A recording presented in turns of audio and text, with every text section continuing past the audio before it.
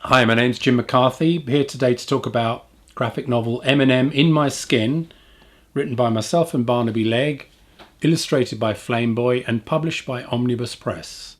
Eminem, the Eminem graphic novel, was quite a difficult one to research. At that time, there was I think one book out, The Dark Side of Eminem by Nick Hasted, who also wrote the foreword for the book. And I believe Eminem, aka Marshall Mathers, aka Slim Shady, is actually a comic fan himself. So I think our approach to the book was very much about he was going to be a comic character going through a series of vignettes in his own life, in various stages of his own life, some of them based on reality, and some of them imagined stories that we made up ourselves to kind of augment his life. The 8 Mile film that he appeared in was a really good film, actually. I thought that was a wonderful bit of work, and that was based on his life, although he wasn't playing himself in his life, but it was very close to his life. I thought that was actually a good research tool. At first, when I heard of, White Rapper, I thought, my God, it's not going to be another kind of Vanilla Ice kind of scene. But actually, he seemed to take rap and bring out a very kind of, I hate to use the word, it sounds very pretentious, kind of literary aspect to it. But he seemed to inject a certain kind of storytelling finesse into it that I thought in sometimes it lacked in a lot of ways. I think having Dr. Dre as a collaborator was a really important thing, particularly early on with Eminem. And I think some of the pages that I found more successful in the book was a page where actually Dr. Dre is actually inventing his own creation, which is a kind of Frankenstein version of Eminem. And this page here, I think the artwork really shows that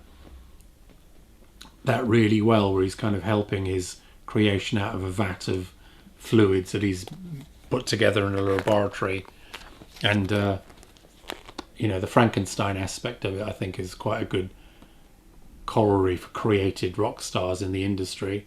It's funny all these years later that actually Detroit's gone completely bankrupt, but even back then in the Eminem early stages of his career, the city itself, which is very much a part of the book, was itself on the skids. Large areas of it very uninhabitable, houses deteriorating, factories deteriorating. The great car companies had all moved out of Detroit, or there was very little engineering left. Motown had left some way before this in the early 70s, the very early 1970s. So the town itself, the backdrop to Eminem's life, had become a symbol of American post-empire defeat, really. A city very much in decline, and eventually now, as we said, all gone bankrupt. Some of the artwork lends itself very much to the hip-hop culture and Eminem's different stages of his life in terms of alter egos. And in pages in the book, the artwork is very, very exaggerated. So it'll go from a kind of semi-realistic style almost to a very cartoon style within the same couple of pages. And I think Flameboy did a very good job with that.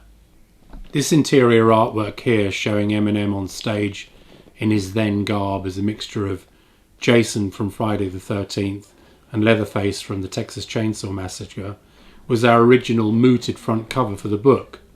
But actually that morphed into this image, which I think generally is probably a lot stronger. Again, retaining those visual elements, but I think it's a much stronger cover.